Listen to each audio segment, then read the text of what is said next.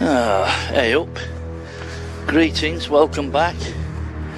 I am at Thurgoland.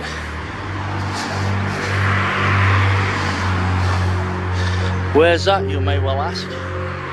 Well, between Sheffield and Barnsley.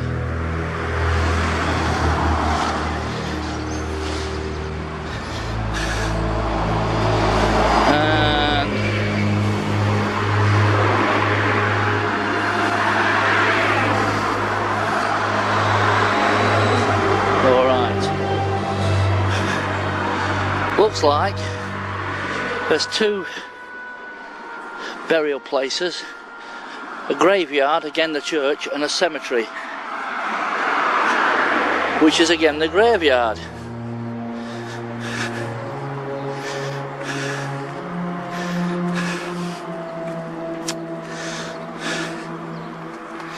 And it's just starting to rain again. Oh boy, I have some bad luck when it comes to this thing. Well, it's very pretty. Isn't it pretty? Look at it. This setting I have, by the way, which looks like a black and white setting on the camera, it actually lets through the brightest colours.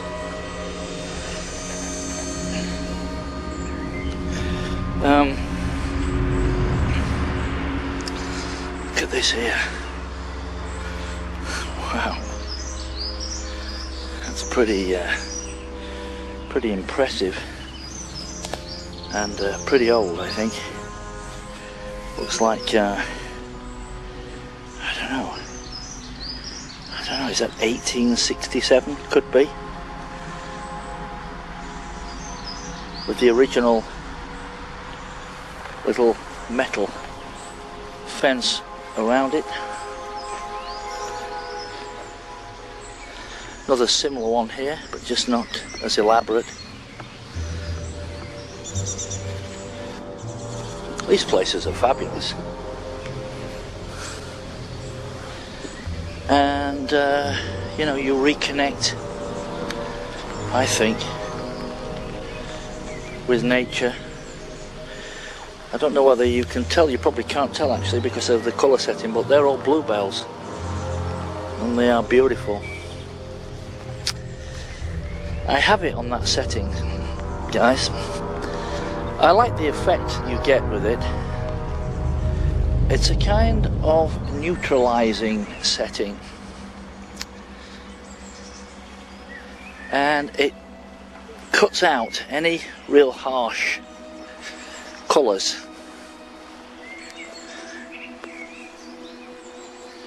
And I like that. Of course, there's a price to pay in that you miss out on a lot of the flowers and things.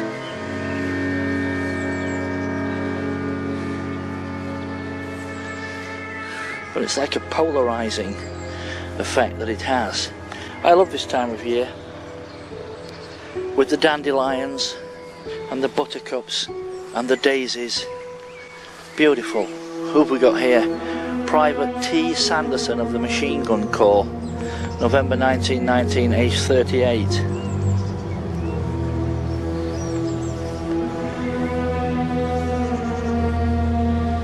Again, I don't see too many, actually. I don't see too many war graves at all. Notice another one down here. Unfortunately, guys, I'm having to tread on and over these graves because there's no pathways. They're just being taken over by nature. But unfortunately, in order to get across the graves, you have to literally walk across them. And you know, I always say that wherever you go, where there's war graves, there's always an artillery lad. I don't know how many artillery lads lost their lives in 2 world wars, but I think a lot, along with the infantry, of course. And here we have another example. This is Gunner Stagg, Royal Artillery, January 1943, age 22. That looks a pretty new stone to me. It says, in memory of my dearest husband, beloved, yours, the beginning, not the end. Beloved, yours. Now, clearly Gunnar Stag must have been what you would call a local lad. And where the families requested servicemen that were brought back home were buried in their local cemetery where their families could come and see them. It's a bit of a dip here. It almost makes me not want to step in it in case I disappear into oblivion.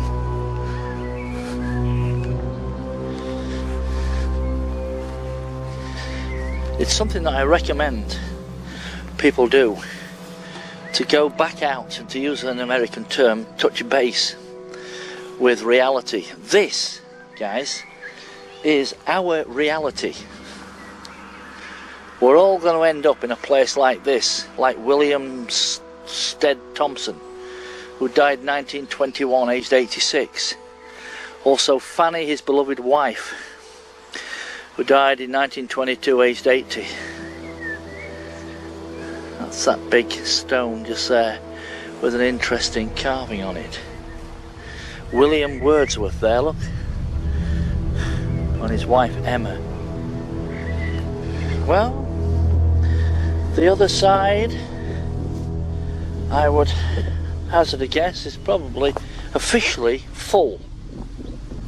Excuse me. Oop. Or if not full, pretty close.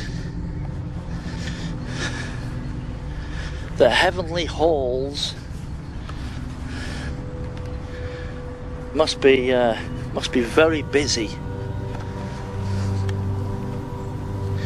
But there seems to be plenty of space for more. Space for us. We're all going there, folks. Ignore all the terrifying stories of destruction and burning alive and blood sacrifices, which is what Christianity demands. You see, if you think about it, Christianity demands a blood sacrifice. I've never understood rather, how the followers, devotees of this religion, can get their head around that.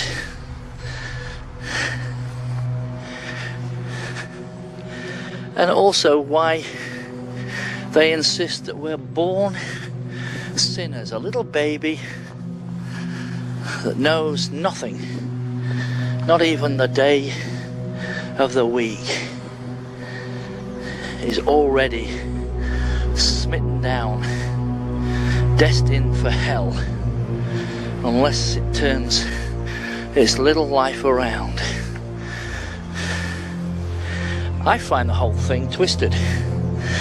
Well, perverted even. It's a perverted ideology, guys. Looks like it's like guards. Let's see.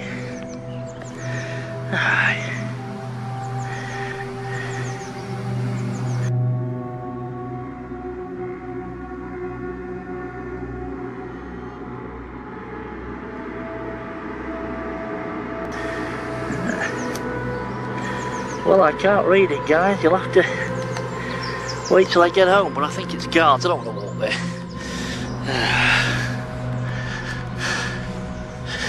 I'll tell you for why. Because my poor old tootsies are getting very wet at the moment. Alright, let's take us back through the main graveyard here. These will be the older graves, I would think, and this is the spillover, for want of a better word. And I'm walking through this carpet of bluebells. Very nice.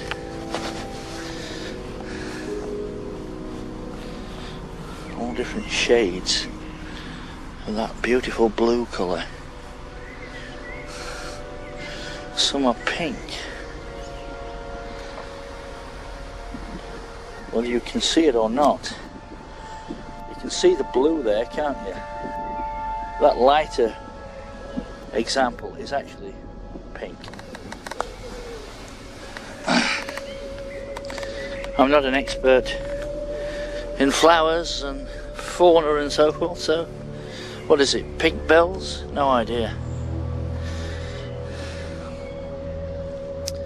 Interesting, collapsed, corroded effigies from our wonderful past, our glorious past, that will forever remain glorious, and no matter what happens tomorrow, the bastards can't undo it.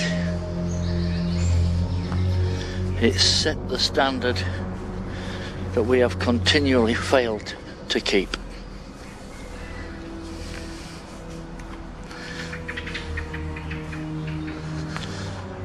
It's like the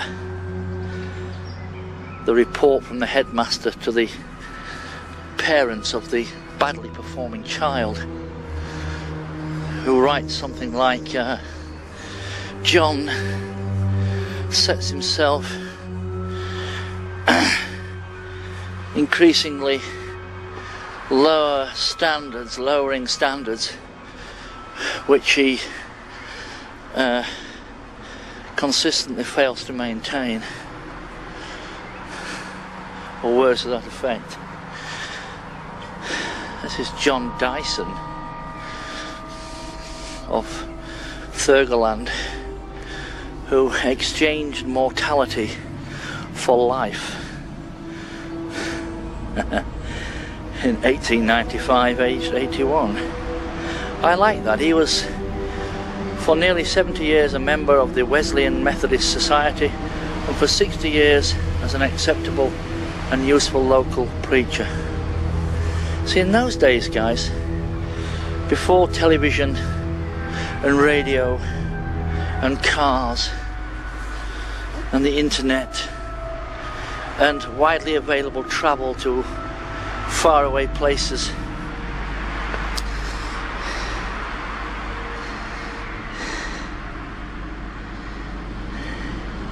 people wouldn't know really what was happening just 20 miles away. They had no idea of other lives.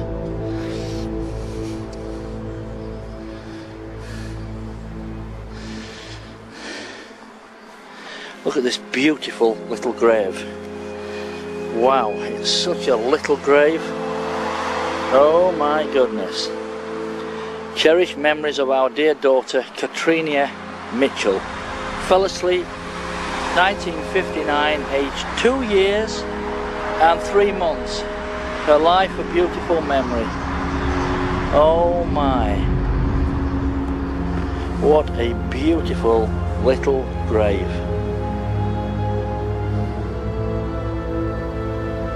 I'm just doing this so you get some idea of how small it is. It's very small. Oh dear. Well, I think on that note, on that rather sad note, we will move on.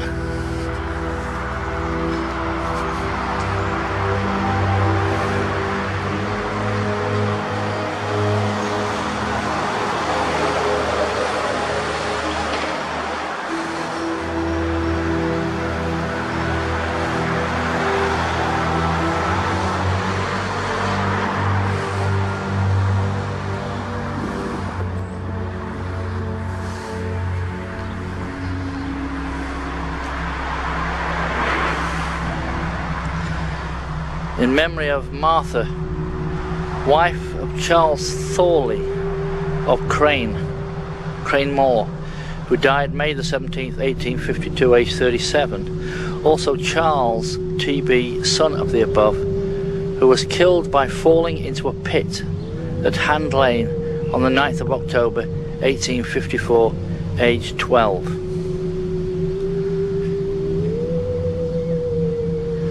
Well, God bless you, Charles.